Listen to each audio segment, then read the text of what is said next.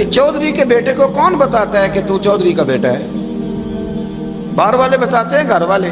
اور سیٹھ صاحب کے بیٹے کو کون بتاتا ہے کہ تو سیٹھ صاحب کا بیٹا ہے؟ اور مالک کو کون بتاتا ہے کہ تو مالک کا بیٹا ہے اور یہ کرایہ دار ہے؟ یہ کون بتاتا ہے؟ یہ سوچ ہم دیتے ہیں بچوں کو. چودھری اور کمی کی سوچ، امیر اور غریب کی سوچ، مالک اور کرایہ دار کی سوچ، گھر کے مالک کی اور کام کرنے والے کی سوچ، یہ ہم دیتے ہیں. یاد رکھنا، یہ ہم دیتے ہیں، یہ ہمارا مزاج ہے. یہ باہر سے نہیں آتی. تو کوئی شہزادہ ہے، تو سیٹھ ہے، تو نواب ہے، یہ سوچ باہر سے نہیں آتی. یہ اماں سوچ دیتی ہے، اماں. یہ ابا سوچ دیتا ہے. اور پھر جب تباہی اترتی ہے تو اس کے ذمہ دار بھی باہر والے نہیں ہوتے، گھر والے ہوتے ہیں. گھر والے. ہمارے بچوں کی طبیعتوں پر زیادہ نقش باہر والوں کا نہیں ہوتا، گھر والوں کا ہوتا ہے. یاد رکھیے گا. حضرت عمر فاروق رضی اللہ، بچے ہیں، شہزادے ہیں، وہ کاروبار کرنے گئے اور وہاں بتایا گورنر صاحب نے کہ یہ فاروق اعظم کے بچے، امیر المومنین کے. لوگوں نے ان سے زیادہ مال خریدا، تجارت میں زیادہ نفع ہوا. ظاہر ہے کہ وہ آپ کے جو اللہ خیر کرے حکمران ہیں، ان کے کاروبار کتنے ملکوں میں ہیں؟ کس بنیاد پر ہیں؟ صرف اس بنیاد پر کہ وہ حکمران رہے، ان کے لیے آسان تھا بڑے لوگوں سے تعلقات بنانا. حضرت عمر فاروق رضی اللہ تعالیٰ عنہ کے بچے ڈھیروں مال کما کے جب واپس آئے نا، تو حضرت عمر سے آ کے بچوں نے بطور محبت کا، ابا جی اللہ نے بڑا ہی فضل کیا ہے، بڑا مال کمایا الحمدللہ، یہ دیکھیں کتنا نوازا ہے. تو حضرت عمر کہنے لگے سارے قافلے نے اتنا ہی کمایا ہے؟ سارے قافلے نے اتنا ہی کمایا ہے؟ تو حضور نہیں، سارے قافلے نے اتنا نہیں کمایا، سب کو اتنا نہیں ملا. وہ تو وہاں گورنر صاحب نے لوگوں کو تعارف کرایا تھا کہ یہ عمر کے بچے ہیں، تو لوگوں نے پھر ہم سے بڑا ہی خریدا. تو حضرت عمر فرمانے لگے ٹھیک ہو گیا، میں بات سمجھ گیا. اس طرح کرو، جو تمہاری اصل زر تھی نا، جو راز تھی، وہ رکھ لو اور باقی سارا مال مال خزانہ میں جمع کرا دو. اس لیے کہ یہ تم نے تجارت نہیں کی، یہ تم نے اپنے باپ کا نام بیچا ہے، یہ تم نے امیر المومنین کے بیٹے ہونے کا فائدہ اٹھایا ہے. فرمایا یہ تمہارا نہیں حق، یہ مسلمانوں کا ہے. اس لیے کہ یہ مال تم نے محنت سے نہیں کمایا، یہ باپ کی کرسی کا فائدہ اٹھایا ہے. اور فرمایا اگر تم نے مال جمع نہ کرایا تو میں مال بھی لے لوں گا زبردستی اور کوڑے بھی ماروں گا، ڈبل سزا دوں گا. مرضی سے جمع کراؤ گے تو کوڑوں سے بچ جاؤ گے. بڑے بیٹے نے تو جمع کرا دیا، تو چھوٹا تھوڑا پریشان ہوا. تو حضرت عبداللہ ابن عمر چھوٹے بھائی کا ماتھا چوم کے کہنے لگے بیٹے چپ کر کے جمع کرا، یہاں بھی فخر کر کے ہم عمر کے بیٹے ہیں، اور قیامت میں بھی فخر کریں گے کہ ہم فاروق اعظم کے بیٹے ہیں. یہاں بھی ناز کریں گے اور وہاں بھی ناز کریں گے کہ عمر کے بچے ہیں. ہمارے باپ نے خود بھی حلال ہی کھایا ہے، اور جب ہماری کمانے کی باری آئی ہے تو ہمیں حکم بھی حلال کھانے کا دیا. بھائی ہمارا مزاج نہیں. بچہ جب لے کے آتا ہے 2 لاکھ روپیہ تو کبھی پوچھے کہاں سے آیا ہے؟ جب وہ پہلے دن غلط دوستوں کے پاس جا کے بیٹھتا ہے تو کبھی نکالا ہے گھر سے اسے؟ یہ بہت سارے خمیازے ہمیں اس لیے بھگتنے پڑتے ہیں کہ ہم ابتدا میں سوراخ بند نہیں کرتے. جب اس میں شگاف پڑ جاتا ہے، سیلاب آتا ہے تو ہمیں ہوش آتی ہے. حضرت عمر نے اپنے گھر میں نگرانی رکھی، کڑی نگرانی. زیادہ نماز گھر میں پڑھتے تھے حضرت عمر، نفلی نمازیں زیادہ. کیوں بھلا؟ میرے صاحب مجھے حکم دیتے تھے کہ فرض نماز کے علاوہ نمازیں گھر میں پڑھنا، بچوں کو عادت پڑے گی، ذوق پیدا ہوگا، ان کو پتہ چلے گا کہ ہمارے گھر میں 5 وقت کوئی اور کام بھی ہوتا ہے. بھائی یاد رکھیں کہ آپ نے اگر سجدہ کرنا ہے تو بچہ لیٹ جائے گا، اسے پتہ کوئی نہیں سجدہ کیا ہے. لیکن جب گھر میں کبھی قرآن ابا جی کھول لینا، میں اکثر کہتا ہوں جب ابا جی کا موڈ بن جائے نا لیکچر دینے کا، وہ گھر میں شروع ہو جاتے ہیں، کہتے ہیں آپ لوگ نماز نہیں پڑھتے اس لیے میرے کاروبار میں برکت کوئی نہیں، تم سویرے قرآن پاک نہیں کھولتے تو میں تباہ ہو گیا. تو میاں آپ نے کب گھر میں قرآن پاک کھولا تھا؟ آپ نے کب نماز پڑھی؟ آپ نے کب گھر کے اندر اللہ رسول کا ذکر کیا تھا؟ آپ نے کب حدیث چھیڑی؟ آپ نے بھی تو گھر کے اندر جب بھی آپ آئے ہیں تو آپ نے وہی کچھ کیا جو دنیا دار کرتے ہیں. آپ بھی تو اپنا موبائل لے کے الگ کونے میں بیٹھ گئے. آپ نے بھی تو کہا ہے کہ اب تمہارے چینل ختم، اب میری مرضی والا چلے گا. تو جو آپ نے کیا ہے بچے بھی وہی کام کریں گے. آپ نے بھی گپ شپ لگائی ہے تو وہ بھی لگا رہے ہیں. یہ سمجھ لیں جو کام آپ کریں گے آپ اپنے بچوں کی سیرت میں اس کا جلوہ دیکھ لیں گے. بڑی پکی سی بات ہے کہ آپ کو بچے کی عادتیں دیکھ کے سمجھ آ جائے گی کہ میں بھی یہی کرتا تھا اور یہ بھی